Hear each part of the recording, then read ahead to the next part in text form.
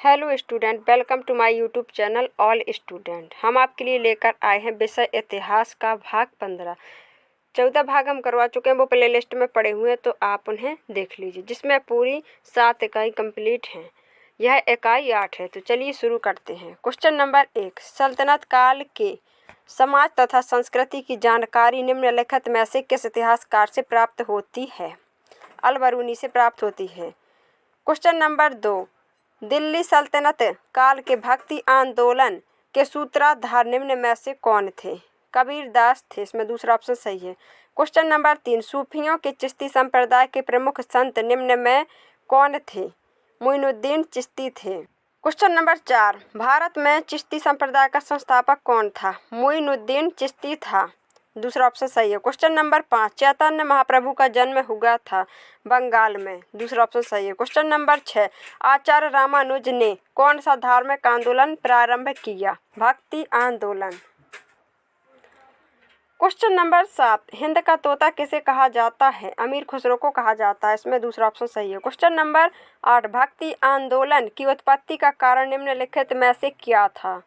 मुस्लिम आक्रमणकारियों के द्वारा किए गए हिंदू विरोधी कार्य, उपासना का सरल मार्ग, समन्वय की भावना पर एक सब। इसमें चौथा ऑप्शन सही है। क्वेश्चन नंबर 9, भक्ति आंदोलन की प्रमुख विशेषता क्या है?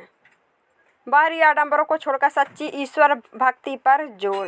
पहला ऑप्शन सही है। क्वेश्चन नंबर 10, मनुष्य की सेवा ही ईश्वर सेवा है, यह सिद्धांत है भक्ति आंदोलन का। क्वेश्चन नंबर 11, भक्ति आंदोलन के संतों ने किस भाषा में उपदेश दिए? स्थानीय भाषाओं में। क्वेश्चन नंबर 12, रामानुज का जन्म कहाँ हुआ था? आंध्र प्रदेश के भिपरी नगर में हुआ था। क्वेश्चन नंबर 13, गुरु के प्रति पूर्ण आत्मसमर्पण तथा अधीनता की भावना रखने का उपदेश किस संत ने दिया? आचार्य ने दिया। इसमें दूसरा ऑप्शन सही है। क्वेश्चन नंबर 14, विशिष्ट अद्वैतवादी दर्शन को मानने वाले संत थे? रामानंद। क्वेश्चन नंबर 15, वह कौन से संत थे जिन्होंने अपने उपदेश हिंदी में दिए? वो रामानंद थे। क्वेश्चन नंबर 16, वह कौन से संत थे जिन्होंने भक्ति आंदोलन को लोकवादी रूप प्रदान किया?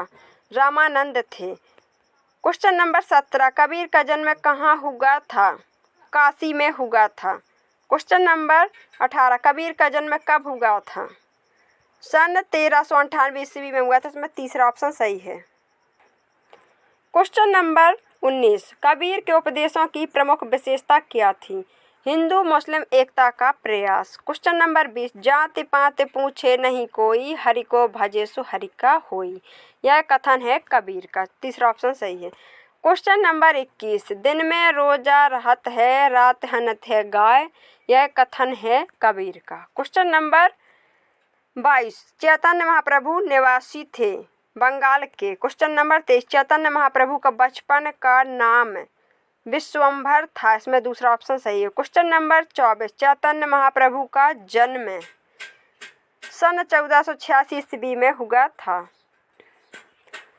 क्वेश्चन नंबर 25, चैतन्य महाप्रभु के पिता का नाम था जगन्नाथ मिश्र। क्वेश्चन नंबर 26, चैतन्य महाप्रभु के गुरु का नाम ईश्वरपुरी था। क्वेश्चन नंबर 27, चैतन्य महाप्रभु कृष्ण के भक्त थे। दूसरा ऑप्शन सही है। क्वेश्चन नंबर 28, चैतन्य महाप्रभु ने संन्यास धारण किया 1510 ईस्वी में। क्वेश्चन नंबर 29, चैतन्य महाप्रभु का निधन 1553 ईस्वी में हुआ। क्वेश्चन नंबर 30, अगर कोई जीव कृष्ण पर श्रद्धा रखता है, अपने गुरु की सेवा करता है, तो वह माया जाल से मुक्त होकर कृष्ण के चरणों को प्राप्त होता है। यह उपदेश चैतन्य महाप्रभु का था।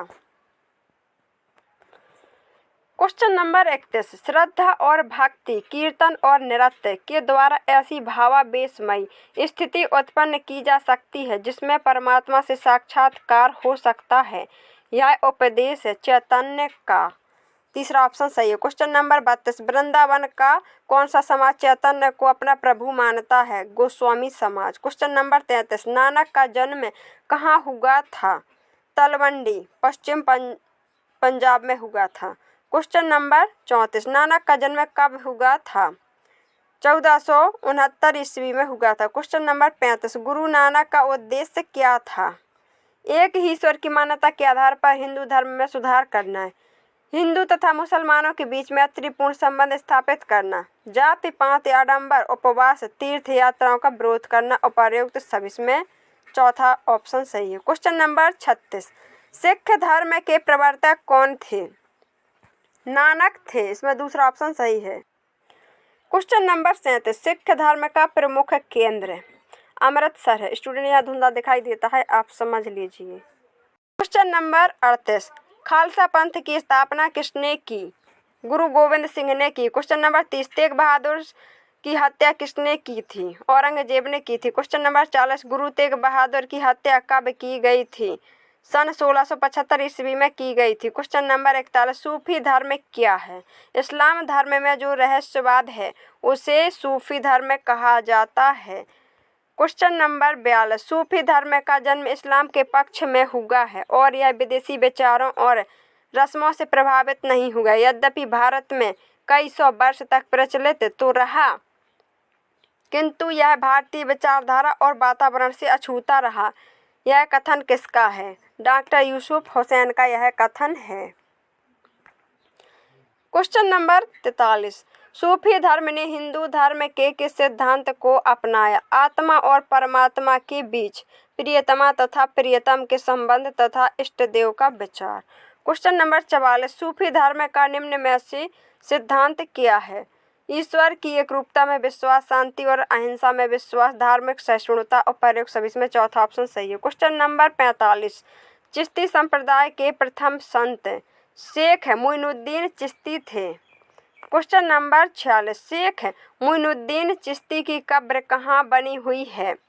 अजमेर में है। क्वेश्चन नंबर 47, जब हम बाह्य बंधनों को पार कर जाते हैं और चारों ओर देखते हैं तो हमें प्रेमी प्रेमिका और स्वयं एक ही लगते हैं, अर्थात एक ईश्वर के समक्ष वे सभी एक हैं। यह कथन है शेख मोइनुद्दीन चिश्ती का।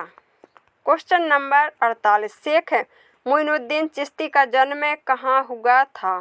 सिजिस्तान, ईरान में हुआ था। क्वेश्चन नंबर 49, शेख मोइनुद्दीन चिश्ती का जन्म सन 1141 ईस्वी में हुआ था। क्वेश्चन नंबर 50, शेख मोइनुद्दीन चिश्ती की मृत्यु कब हुई थी? 1136 ईस्वी में हुई थी। क्वेश्चन नंबर 51, निजामुद्दीन औलिया का जन्म हुआ था सन 1236 ईस्वी में। क्वेश्चन नंबर 52, निजामुद्दीन औलिया के गुरु थे शेख फरीद। क्वेश्चन नंबर 53, शेख सलीम चिश्ती की दरगाह बनी है फतेहपुर सीकरी में। क्वेश्चन नंबर 54, निजामुद्दीन औलिया का शिष्य था मोहम्मद तुगलक। क्वेश्चन नंबर 55, उनके निजामुद्दीन औलिया व्यक्तित्व तथा विस्तृत धार्मिक दृष्टिकोण ने भारत में चिश्ती संप्रदाय की लोकप्रियता को सुदृढ़ कर दिया। यह कथन है डॉक्टर यूसुफ हुसैन का, यह कथन है। तीसरा ऑप्शन सही है। क्वेश्चन नंबर 56, निजामुद्दीन औलिया की मृत्यु हुई सन 1325 ईस्वी में। क्वेश्चन नंबर 57, अमीर खुसरो का जन्म हुआ सन 1253 ईस्वी में।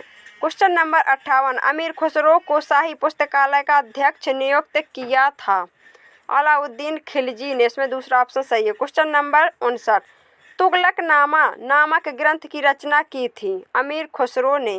क्वेश्चन नंबर 60, अमीर खुसरो के गुरु थे निजामुद्दीन औलिया। क्वेश्चन नंबर 61, संभव है कि कोई मुझसे पूछे कि भारत के प्रति मैं इतनी श्रद्धा क्यों रखता हूँ? इस प्रश्न का उत्तर मेरा यह है कि केवल इसलिए कि भारत मेरी जन्मभूमि है, भारत मेरा अपना देश है। यह कथन है किसका? अमीर खुसरो का। क्वेश्चन नंबर 62, यह स्पष्ट विदित होता है कि उनकी पहचान एक शुद्ध देशभक्त की तरह थी जो अपनी मातृभूमि एवं जीवन और वातावरण से प्रेम करता है। अमीर खुसरो के संदर्भ में यह कथन किसका है? डॉक्टर यूसुफ हुसैन का कथन है। क्वेश्चन नंबर 63, अमीर खुसरो निम्न में से किस ग्रंथ का लेखक था? तुगलकनामा का लेखक था। क्वेश्चन नंबर 64, अबुल फजल ने आईने अकबरी में कितनी सूफी सिलसिलों का उल्लेख किया है? 14। क्वेश्चन नंबर 65, चिश्ती संप्रदाय के संत थे ख्वाजा मोइनुद्दीन चिश्ती, ख्वाजा बख्तियार, बाबा फरीद, उपर्युक्त सभी। इसमें उपर्युक्त सभी हैं। क्वेश्चन नंबर 66, भारत में सुहरावर्दी सिलसिले के प्रवर्तक थे? बहाउद्दीन जकारिया। क्वेश्चन नंबर 67, भारत में कादरी संप्रदाय के प्रवर्तक थे? नासिरुद्दीन महमूद जिलानी। इसमें दूसरा ऑप्शन सही है। क्वेश्चन नंबर 68, कादरी संप्रदाय के संस्थापक थे? अब्दुल कादिर जिलानी। क्वेश्चन नंबर 69, नक्शबंदिया संप्रदाय की स्थापना की थी? बहाउद्दीन नक्शबंद ने। क्वेश्चन नंबर 70, सूफी मत तथा भक्ति आंदोलन का क्या प्रभाव पड़ा? ईश्वर प्रेम द्वारा मानवता का पथ प्रदर्शन, इस्लाम में गतिशील विचारों को प्रोत्साहन, समाज के तनाव को दूर करने का प्रयत्न, प्रयुक्त सभी। इसमें चौथा ऑप्शन सही है। क्वेश्चन नंबर 71, संपूर्ण मानवता को सूफियों ने दिव्य प्रेम की आड़ में जो विश्व प्रेम का पाठ पढ़ाया वह मानव समाज तथा जीव मात्र के लिए अत्यंत कल्याणकारी सिद्ध हो गया। कथन किसका है? यह डॉक्टर यूसुफ हुसैन का कथन है। क्वेश्चन नंबर 12, सल्तनत काल के समाज और संस्कृति की जानकारी निम्नलिखित में से किस इतिहासकार से प्राप्त होती है?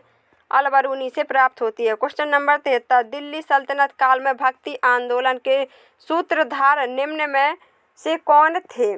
कबीर थे। क्वेश्चन नंबर 74, सल्तनत काल में कपड़े के उत्पादन तथा निर्यात के लिए भारत में कौन सा प्रांत प्रसिद्ध था?